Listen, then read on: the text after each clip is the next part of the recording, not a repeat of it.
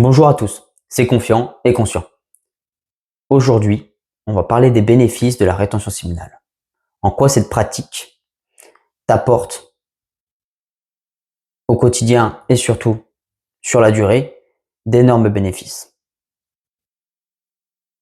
Ce qu'il faut savoir d'avance, c'est que cette pratique n'aura pas forcément les mêmes effets d'une personne à une autre, même si on peut retrouver des effets globaux qui s'appliquent à la plupart des gens. Ça peut dépendre depuis combien d'années tu pratiques la masturbation.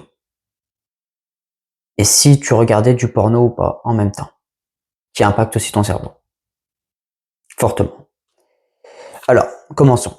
Donc ça t'apporte plus de discipline, plus de volonté, un meilleur contrôle de soi. Ça t'apporte aussi plus de concentration, plus de focus, moins de brouillard mental, comme on dit en anglais souvent le frog, une confiance accrue en toi, plus de présence, plus d'assurance et moins de honte et de culpabilité.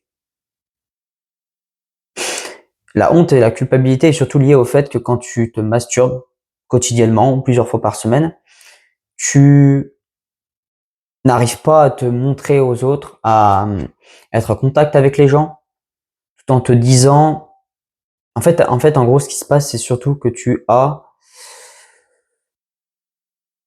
sens pas bien, en fait.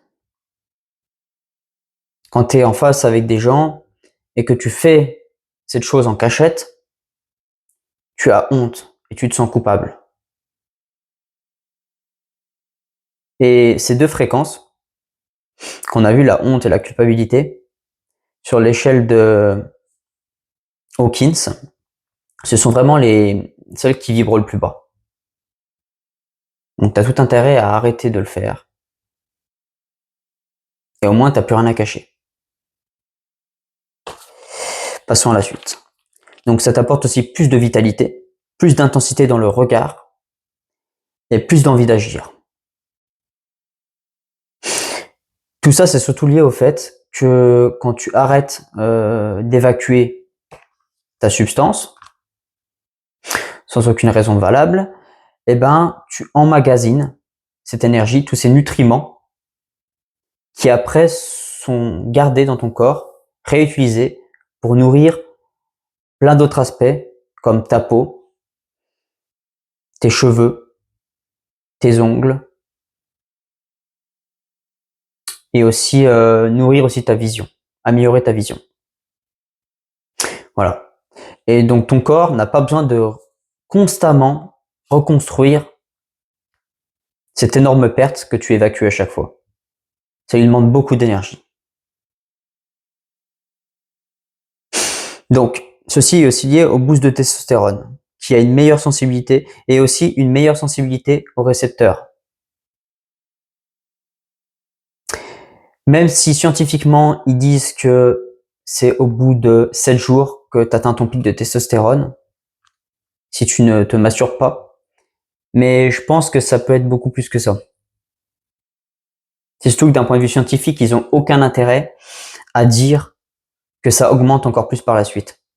Sinon, les personnes, les hommes, arrêteraient tout simplement de se masturber, car il y aurait cette preuve-là. Mais si la science dit que au bout de 7 jours, il n'y a plus rien, eh ben, au grand maximum, les gens arrêteraient de se masturber pendant 7 jours, puis après, hop, ils relanceraient le cycle et ils feraient que des cycles de 7 jours. Alors qu'il y a vraiment intérêt à faire beaucoup plus que 7 jours. 7 jours, c'est vraiment pas assez suffisant. Même si ça reste mieux qu'une fois par jour. Mais bon, le but de cette pratique, de faire la rétention séminale, c'est vraiment de tenir beaucoup plus longtemps que ça.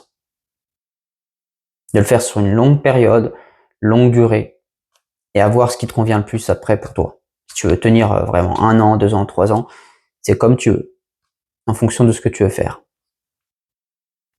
Donc, il y a aussi une meilleure récupération musculaire et un meilleur sommeil en général. Donc, tu as plus de libido et ta tension interne et te pousse à l'action. Quand tu accumules de la tension en bas, dans tes premiers chakras, tu as cette envie de faire des choses, de te bouger. Mais attention, si tu pratiques cette pratique, donc si tu fais la rétention séminale et que tu restes constamment, par exemple, assis sur le canapé tous les jours, devant la télé, à rien faire, là, ça va être compliqué de tenir. Tu vas pas transmuter cette énergie et tu vas finir par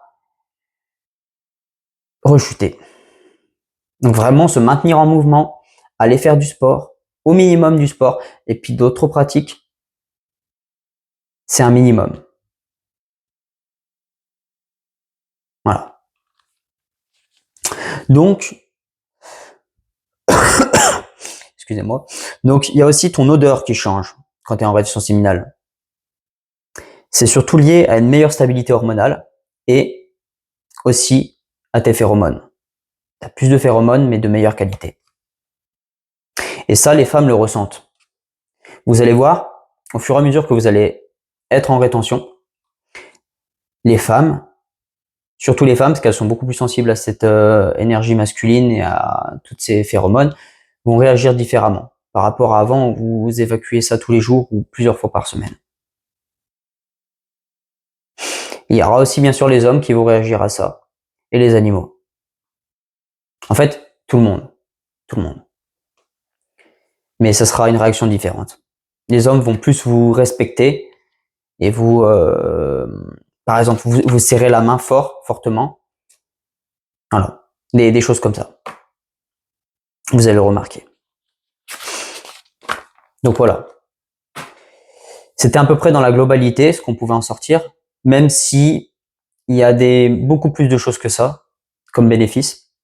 On peut aussi parler d'un point de vue énergétique, mais ça mériterait sûrement une vidéo plus en détail pour entrer sur ce sujet-là. Car quand tu es en rétention séminale et que tu gardes cette essence, cette énergie en toi, tu vas nourrir petit à petit tous les chakras. Donc, de base, ton énergie sexuelle, elle est surtout dans les premiers chakras. Le premier et le deuxième. Mais vraiment, le but en rétention séminale, autre que faire du sport pour transmuter cette énergie-là, ce serait de faire de la méditation ou aussi de la visualisation ou tout simplement du travail énergétique comme du Qigong ou autre pour après refaire monter cette énergie dans les autres chakras, donc le troisième, quatrième, cinquième, sixième, septième, pour vraiment nourrir l'ensemble de ton être et après renforcer ton aura et plein d'autres choses. Mais ça mériterait vraiment une vidéo plus grosse, une vidéo à part. Voilà. Je vous remercie d'avoir regardé cette vidéo. J'espère qu'elle vous a plu. N'hésitez pas à mettre un like, à laisser un commentaire et aussi à vous abonner. Et bien sûr, à aller voir mes anciennes vidéos et mes vidéos futures. Voilà. Je vous remercie et bonne journée à vous. À demain.